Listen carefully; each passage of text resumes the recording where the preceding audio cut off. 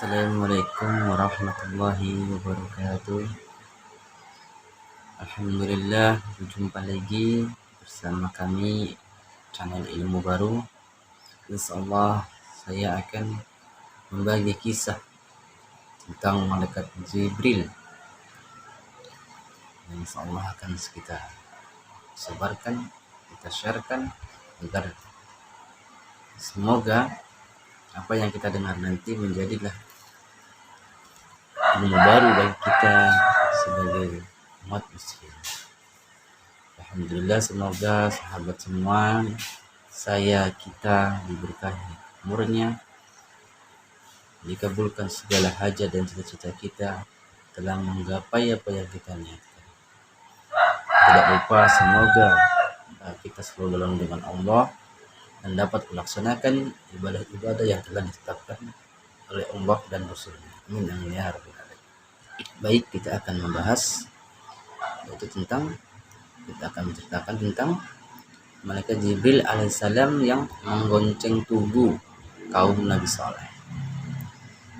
Bagi tiap-tiap seorang ada malaikat penjaganya, silih berganti dari hadapannya dan dari belakangnya, yang mengawas dan menjaganya dari suatu bahaya, tentunya dengan perintah Allah Subhanahu wa Ta'ala. Sesungguhnya Allah tidak mengubah apa yang ada pada sesuatu kaum sehingga mereka mengubah apa yang ada pada diri mereka sendiri. Dan apabila Allah menghendaki untuk menimpakan kepada sesuatu kaum itu, menimpahkan bala bencana yang disebabkan kesalahan kita sendiri, kesalahan mereka sendiri, maka tiada sesiapapun yang dapat menolak atau menahan apa yang ditetapkannya. Dan tidak ada sesiapapun yang dapat menolong dan melindungi mereka selain daripadanya. Quran surat Ra'd surat ke-13 ayat ke-11. Kaum soleh telah dibinasakan oleh Allah dengan suara jeritan Jibril alaihissalam. Kaum soleh telah dibinasakan oleh Allah dengan suara jeritan Jibril alaihissalam. Tentu peristiwa ini terjadi pada hari Rabu. Firman Allah Subhanahu wa Ta'ala, sesungguhnya kami menimpakan atas mereka suatu suara yang keras atau menguntut, maka jadilah mereka seperti rumput-rumput kering. Atau rumput-rumput kering ini seperti yang dikumpulkan oleh yang mempunyai kandang binatang. Dikisahkan bahwa pada suatu hari Nabi Soleh menyampaikan berita bahwa pada masa itu akan lahir di tengah-tengah mereka seseorang yang menjadi penyebab kehancuran kaum itu sendiri. Jadi maka para pemuka kaum itu mengadakan musyawarah, mengadakan seperti kumpulan mengadakan seperti musyawarah untuk membahas masalah tersebut. Dan pada akhirnya mereka memutuskan harus memisahkan diri pada istri masing-masing.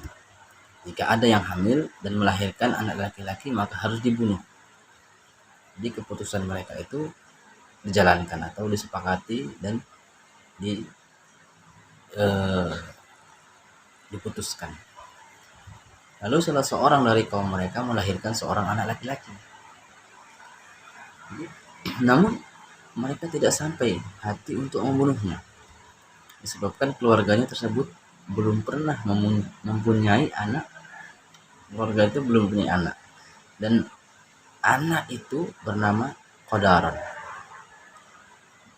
Sebanyak 9 kaum telah membunuh anak laki-laki mereka yang lahir. Namun ketika mereka melihat Qadaron telah menjadi seorang pemuda, mereka merasa menyesal karena telah membunuh anak-anak mereka dahulu. Kemudian mereka berunding untuk membunuh Nabi Soleh alaihissalam. Lalu mereka berkata, sebaiknya kita pergi atau keluar kota dahulu, kemudian kita pulang dengan secara sembunyi-sembunyi.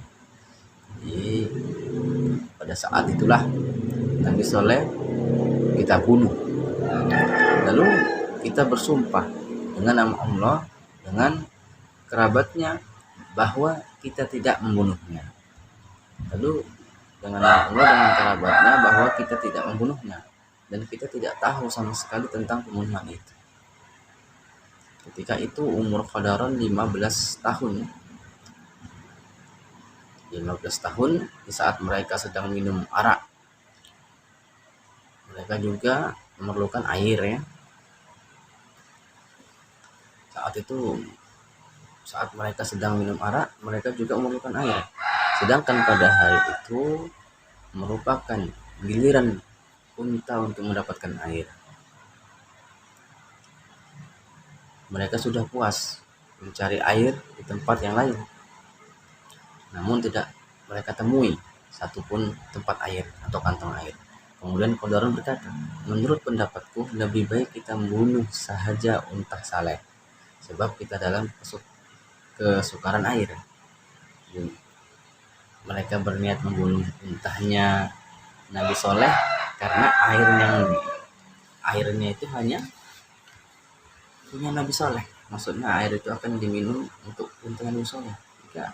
Jika dibunuh kan tentu air itu tidak ada yang meminumnya, untanya sudah mati. Maka mereka menyiasat untuk membunuh Nabi Soleh, membunuh unta Nabi Soleh. Dengan cara begitu mereka mendapatkan air yang awalnya untuk unta Nabi Soleh. Kemudian mereka pun keluar dengan membawa sebilah pedang. Mereka bersembunyi di rumput-rumput di bawah kaki gunung. Jadi pada saat giliran unta Saleh ingin minum air, maka dengan segera Qadaron membunuh unta tersebut. Kemudian mereka juga berusaha untuk membunuh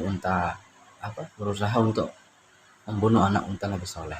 Maka anak-anak unta itu pun berlari ke arah gunung. Maka dengan kuasa Allah gunung itu terbelah dan masuklah anak unta itu ke dalam gunung dengan izin Allah. Ketika Nabi SAW mengetahui peristiwa pembunuhannya terhadap unta mukjizatnya itu, maka ia berkata kepada kaumnya, Anda semua boleh duduk di rumah selama 3 hari. Setelah itu akan datang seksaan kepada Anda. Tanda-tandanya adalah pada hari pertama muka-muka kamu semua menjadi merah, dan pada hari kedua menjadi kuning, dan pada hari ketiga menjadi hitam legam. Di saat mereka melihat tanda-tanda seperti itu yang diucapkan oleh Nabi Soleh itu betul, mereka pun berkata, mari kita bunuh Nabi Soleh seperti kita membunuh untanya. Jadi mereka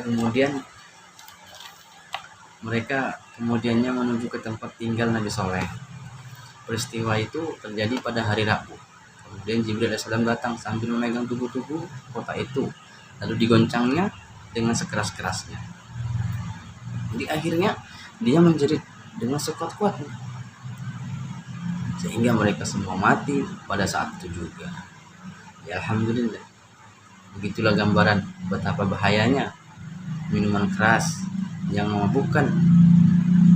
Karena sebab terbunuhnya unta mukjizat Nabi Sallallahu Alaihi Wasallam disebabkan minum keras. Jadi fitnah Harut dan Ma'arut juga karena minuman keras. Disebabkan terbunuhnya Nabi Yahya karena meminum minuman keras. Kaum Nabi Nuh mengganggu Nabi Nuh karena minuman keras. Pembunuhan terhadap Utsman radhiyallahu anhu juga disebabkan minuman keras. Pembunuhan terhadap Sayyidina Husain juga karena minuman keras. Jadi bahayanya minuman keras adalah merenggut sahabat-sahabat Nabi-Nabi kita, sebabkan kaum-kaum yang telah minum. Semoga dapat kita ambil pelajaran, kita ambil faedah dari malaikat Jibril yang mengguncang tubuh-tubuh kaumnya Nabi Soleh dengan suara jeritan sehingga kaum itu mati seketika. Jadi inti dari ceritanya, karena minuman keras sangat bahaya. Minuman keras ini membahayakan bagi kita, khamar dan lain-lainnya berbahaya bagi kita. Seperti kisah yang telah disampaikan tadi. Semoga bermanfaat. Tutup dengan Wabillahi taufiq wal hidayah. Assalamualaikum warahmatullahi wabarakatuh.